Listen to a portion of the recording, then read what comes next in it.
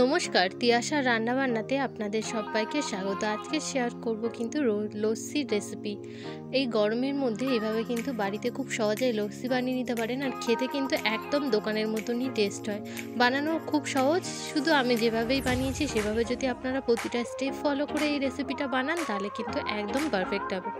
তার জন্য ফার্স্টে এখানে আমি নিয়ে নিয়েছি চিনি আর কয়েক টুকরো বড় বা চিনিটাকে খুব ভালো মতন একটা এভাবে হ্যান্ড উইচ দিয়ে বা এরকমভাবে যে ডাল কাটা হয় সেগুলো দিয়েও আপনারা করতে পারেন, সেটা দিয়ে কিন্তু খুব ভালো মতন এভাবে মিশিয়ে নেবো। আর এর মধ্যে একটু সামান্য ঠান্ডা জলও দিয়ে দিয়েছি, দিয়ে কিন্তু চিনিটাকে সবার প্রথমে খুব ভালো মতন মিশিয়ে নেবো।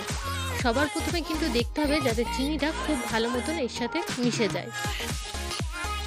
চিনিটাকে খুব ভালো মতন এর সাথে মিশিয়ে নেবো। আর আমি কিন্তু এর মধ্যে কোনো রকম কোনো এক্সট্রা কোনো কিছু দিইনি, মানে বাইরে খেলে কিন্তু আপনারা দেখবেন একটু কেওড়া জল বা গোলাপ জলের গন্ধ পাওয়া যায়, মানে ওগুলো কিন্তু এর মধ্যে ব্যবহার করা হয়। ওগুলো খাওয়া কিন্তু শরীরের পক্ষে ভালো না, তাই আমি কিন্তু একদমই ঘরোয়াভাবে এই রেসিপিটা আপনাদের সাথে শেয়ার করছি।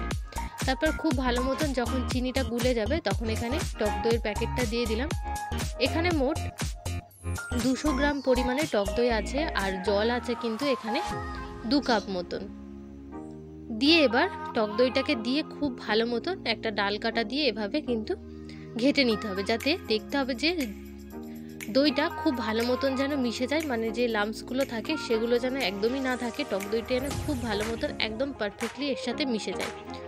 একটু সময় নিয়ে এটাকে করতে হবে, তাহলে দেখতে পাবেন যে খুব ভালোভাবে কিন্তু এটা একদম মিশে গেছে, আর এটা কিন্তু একদম পারফেক্ট তৈরি হয়ে গেছে। দেখুন কি সুন্দর ফেনা ফেনা হয়ে গেছে, তখনই কিন্তু বুঝতে হবে যে এটা একদম পারফেক্ট রেডি হয়ে গেছে।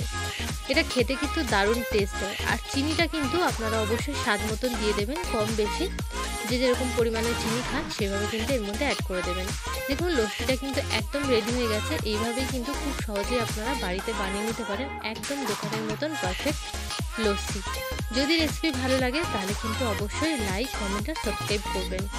আর এভাবেই আমার পাশে থাকার অনুরোধ রইল আপনাদের সবাইকে। এবার লস্যিটাকে আমি একটা গ্লাসের মধ্যে ঢেলে নিয়েছি। তো আজকের মতন এইটুকুনি রেসিপি।